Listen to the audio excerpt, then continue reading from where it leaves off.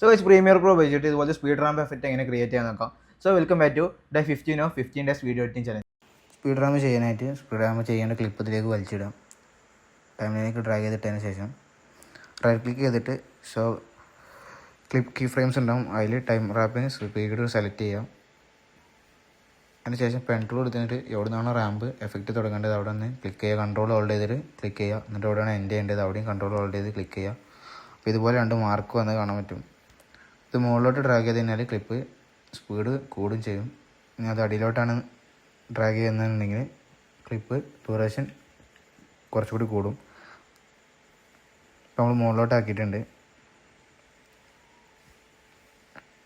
അതിനുശേഷം control 6 press ചെയ്തിട്ട് time interpolation optical flow കൊടുക്കുക.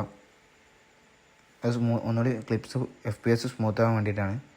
അതിനുശേഷം ഈ നോഡ് എക്സ്പാൻഡ് ചെയ്യാം. ഇപ്പോൾ നമുക്ക് കാണാൻ പറ്റും അത് ഗ്രാജുവലി അല്ല, പെട്ടെന്നാണ് അതിൻ്റെ സ്പീഡും കാര്യങ്ങളും കൂടുന്നത്. ഗ്രാജുവലി ആക്കാൻ വേണ്ടിയിട്ട് കീ ഫ്രെയിം എക്സ്പാൻഡ് ചെയ്തിട്ട് ഇതുപോലെ നോഡ് വെച്ച് ആ കർവ് ക്രിയേറ്റ് ചെയ്യാം.